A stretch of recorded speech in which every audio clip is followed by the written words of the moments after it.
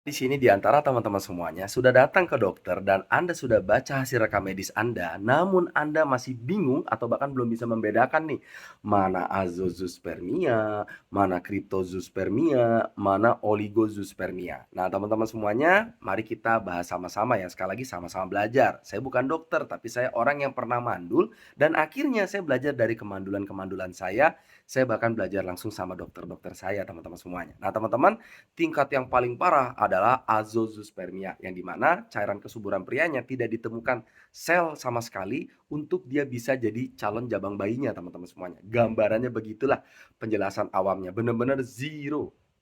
Cairan kesuburan prianya, sel telur untuk cairan kesuburan prianya benar-benar nol, zero, itu azo, teman-teman. Nah, kalau ada sedikit bahkan di bawah 1 juta per mililiter sekali penetrasi, itu disebut namanya kripto, teman-teman semuanya, bukan cryptocurrency ya.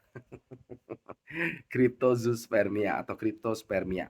Nah, itu yang tingkat keparahan yang kedua. Nah, yang paling culun teman-teman, yang paling cupu adalah yang namanya oligo. Oligo itu adalah teman-teman di bawah 15 juta per mililiter sekali penetrasi. Jadi oligo ini masih ada kesempatan untuk bisa punya keturunan, bahkan dengan cara alami. Tapi memang kemungkinan jauh lebih kecil. Karena kenapa teman-teman? Karena cuman ada 15 juta per mililiter, bahkan di bawahnya.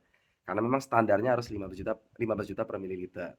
Nah, teman-teman, orang-orang seperti itu bisa diobatin nggak? Jawabannya adalah bisa, teman-teman. Setelah saya pelajarin kalau dalam dunia medis dia harus disuntik hormon testosteron. Ya ini bicara selain bayi tabung sama inseminasi ya, itu nggak usah dibahas. Itu memang opsi terakhir. Cuman kalau untuk terapinya seperti itu. Dan itu teman-teman sekali suntik 2 sampai dengan 3 juta. Bisa puluhan kali nyuntik. Saya punya satu konsumen yang beli herbal sama saya. Dia cerita sama saya sudah 20 kali suntik. Anda kali aja tuh teman-teman. Buset dah. Udah mahal sekali tuh ya, 2 juta 3 juta dikali 20 kali. Anda bisa hitung sendiri aja. Nah, tapi kalau secara alamiah teman-teman, mereka-mereka ini membutuhkan zat ZN laktasi atau seng laktasi. Karena kenapa? Karena zat tersebut bisa meningkatkan hormon pada pria yang namanya hormon testosteron.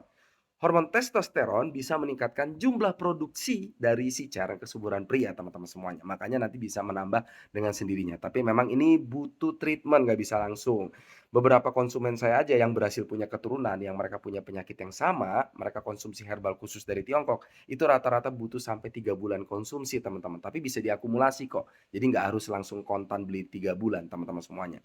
Makanya buat teman-teman yang mau ngobrol lebih jauh dan saya akan tunjukin rekam medisnya dan keberhasilan dari salah satu beberapa bahkan konsumen-konsumen saya, silakan klik di bio, ngobrol di WA, nanti saya akan tunjukin mereka semua bisa berhasil punya anak, bisa berhasil punya keturunan tanpa bayi tabung.